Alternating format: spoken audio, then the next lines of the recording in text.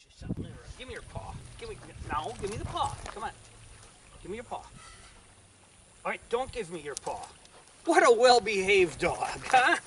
Hi, everybody. It's Robert Earl out here at the Eco Ranch in Far West, Texas. It is July 28th, 2016, last day of the Democratic National Convention. And also, it is one of the most humid days that I think we've had since we've lived here, except for a day when it was actually raining. 84 degrees, 54% humidity. That is steamy for the desert, let me tell you, but it is July out here. Oh, sure, I get down and here you come. Hey, I don't know if you can see me or not. You can sure see Cascade, though. Just wanted to tell you, in July every year, all right, you, come on. Wait, camera hog? That's Sherman. July every year, the quail babies hatch. I don't know why it's July that they hatch, July and August, but they hatch and grow up, and I put about 30 seconds, 40 seconds of shaky video in of a couple of quail babies because I just thought they were so cute. And these quail babies are babies from the babies last year because they are just as tame as can be. They walk right up to Debbie and I. It's really kind of cute. I hope you enjoy that as well.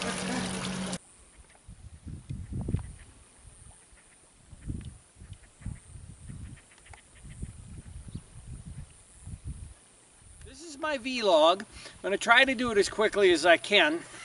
I wanted to tell you something briefly, 30-second PSA, promise. I don't talk politics in here, and I'm still not talking politics one side or the other. But I do watch I did watch the Republican convention. I'm watching the Democratic convention. I have done this since 1968. I actually did it in '64, but didn't pay a lot of attention to it. But I wanted to tell you because we've heard, and I remember the first time I heard it was back in 1960 during the election between Nixon and Kennedy. The lesser of two evils, the lesser of two evils. People come out, pundits come out every election cycle and say the lesser of two evils. But last night, independent politician, because that's all I'm going to talk about, is independent. I'm not going to take a side on my YouTube channel. I do have an opinion, but that's elsewhere. Michael Bloomberg came out, and instead of him saying something about the lesser of two evils, he said something that I thought, and here comes the wind, I thought was really interesting. He said that, and I'm reading a little into it, and I'm not quoting him directly, but he essentially said that that democracy is formed from people with different opinions coming together, coming to a consensus, and leaving. That's kind of the art of negotiation. I mean, I was a car salesman and sold, oh, I don't know, something in the neighborhood of 3,000 vehicles over my career, and that's it. Everybody comes away. I don't come away getting full sticker price. You don't come away paying $2 over invoice. The art of negotiation. Well, we have a situation again where there's the lesser of two evils. We've had it every year since '68 that I know of, '64 actually.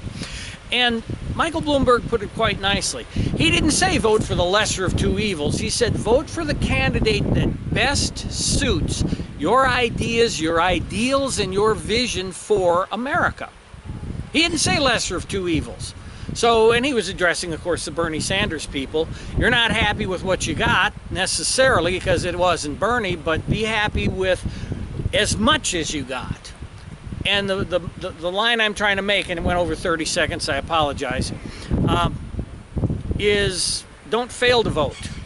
Because then they, whoever you perceive the enemy they to be, they win. Don't fail to vote. Just go out and vote for whichever candidate best suits your vision for America. Okay, politics aside, this is my vlog. Now, it's my second take, by the way, because the first one I rambled on so long that I even hated it. We're standing here in what I showed you in the last vlog, and I described it as Berman Basin construction. Now, very quickly, this isn't a Berman Basin. Very quickly, I'll tell you what it is, but I'm going to refer you once again to Brad Lancaster's books, Rainwater Harvesting for Dry Lands and Beyond. If you don't have it, if you don't have them and haven't read them, do. because it's absolutely excellent. I'm trying now, and I don't believe I'm going to succeed, but I'm trying now and actually bringing Brad Lancaster back to the area, Terlingua and Alpine area, to do a presentation. We have something that comes up every year, I believe it's in October this year, called The Green Scene, which is, hey, it's almost like a hippie get-together, but we bring together a whole bunch, I say we, they, I'm not a part of it. They bring together a whole bunch of people that are involved in the green and sustainable movement.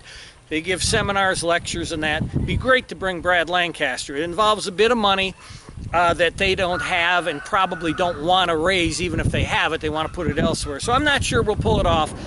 I'm going to try to work with it. But at any rate, here comes the wind. Brad Lancaster is the one that I got Berman Basin construction from. Let me show you real quick. I know you can see me here.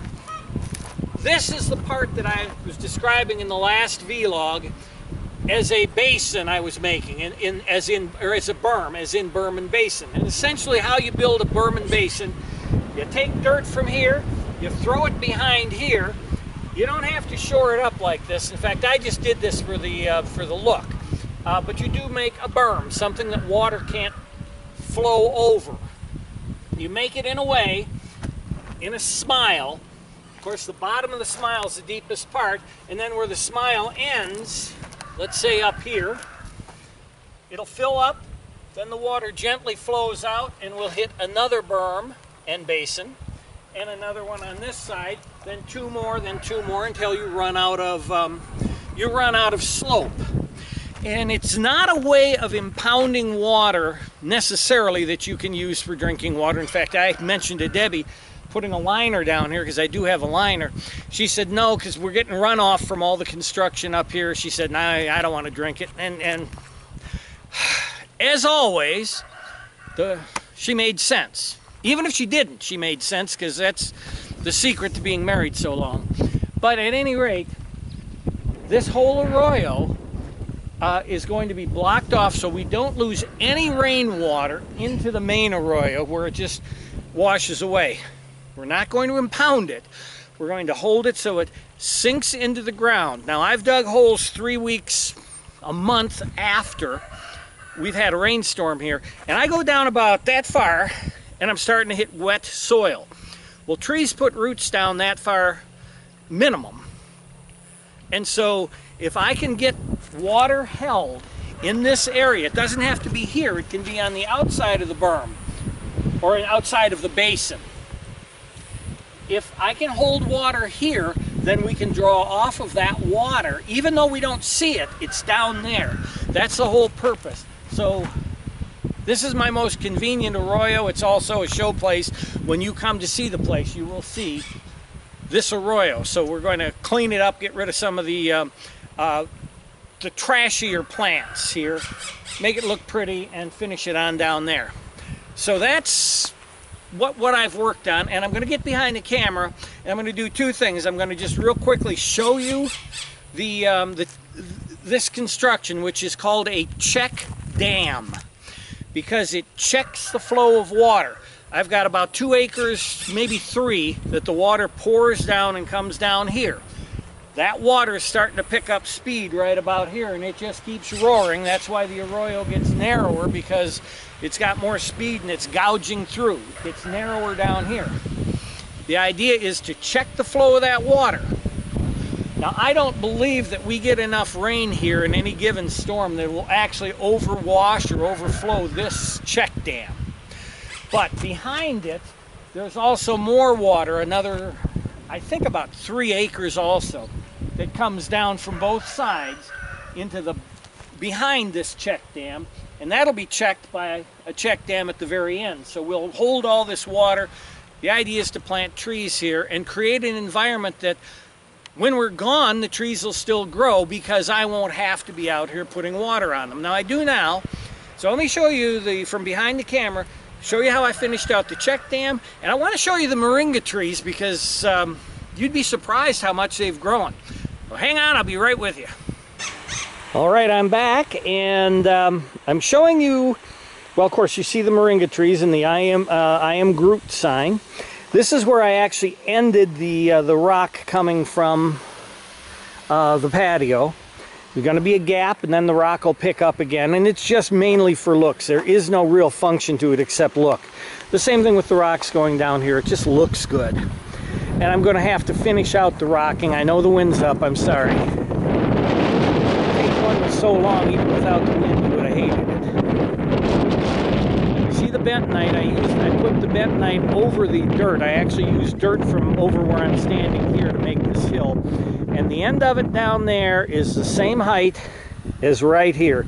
So this will hold water, and if it does overwash, it'll overwash in the low spot, which is roughly there. That's a check dam. That's what Brad Lancaster calls a check dam, and as I said, checks the flow of water. It's all it does. Now, two of the moringa trees, which I'm really proud of.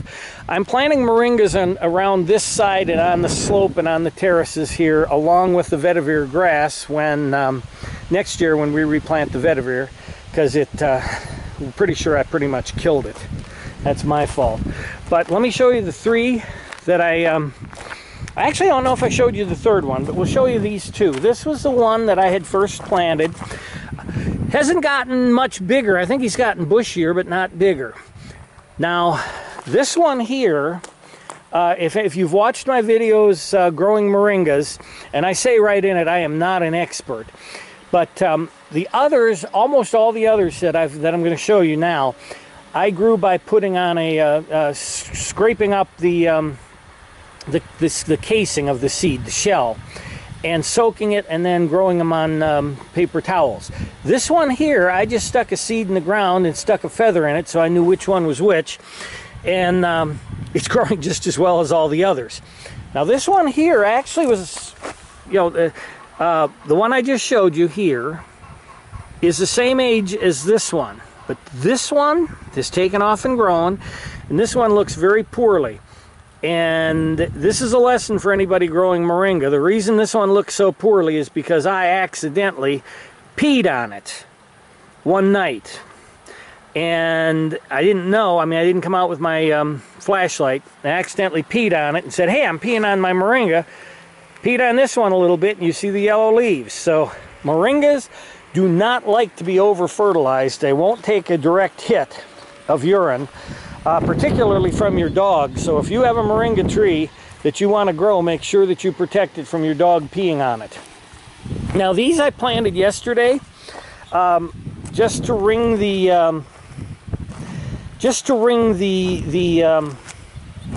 well, I don't know what to call this. I guess I'll call it the basin in front of the check dam.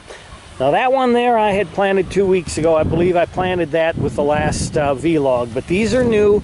They're very young. And they'll put down roots for about a week or two, and then they'll take off. And when I say take off, get a load of these. This one on the end was my first peon experiment, so he's not as big as the others because he had to recover from that awful urine. These are just, they're what, 18 inches tall, something like that. They're growing a nice trunk. They're doing quite well. Some are bigger than others. These big ones here, these three big ones, actually had a red trunk. Now, if you grow them, you'll see some are red trunk and some are green, but no one makes a distinction on the trunk, and you don't see the red trunk right now. Well, I guess you do. But anyway, the red trunks are hardier, so if you're going to call anything that isn't red. Don't call the reds. And here they go. I've still got to keep them fenced in to protect them from the chickens, because the chickens will stick their heads through and eat a leaf here and there. But they've been pretty good. Anyhow, those are the moringas and how they're growing and just what they've covered since the last vlog. So that's this vlog. I don't have much else to tell you because since I did the last one, we had, as I said, the Republican convention, the Democratic convention. This is my quadrennial thing that I do. I come every 4 years. I get really involved in politics for that couple weeks, and then on the run up to the election. So I wasn't able to do any masonry or much of anything else except get this done. But that'll change in the next vlog. We're going to go right back to the masonry, Debbie and I. So I hope you liked it, and watch out for the next vlog and the next actual video. And until then, it's Robert Earl out here at the Eco Ranch saying bye for now.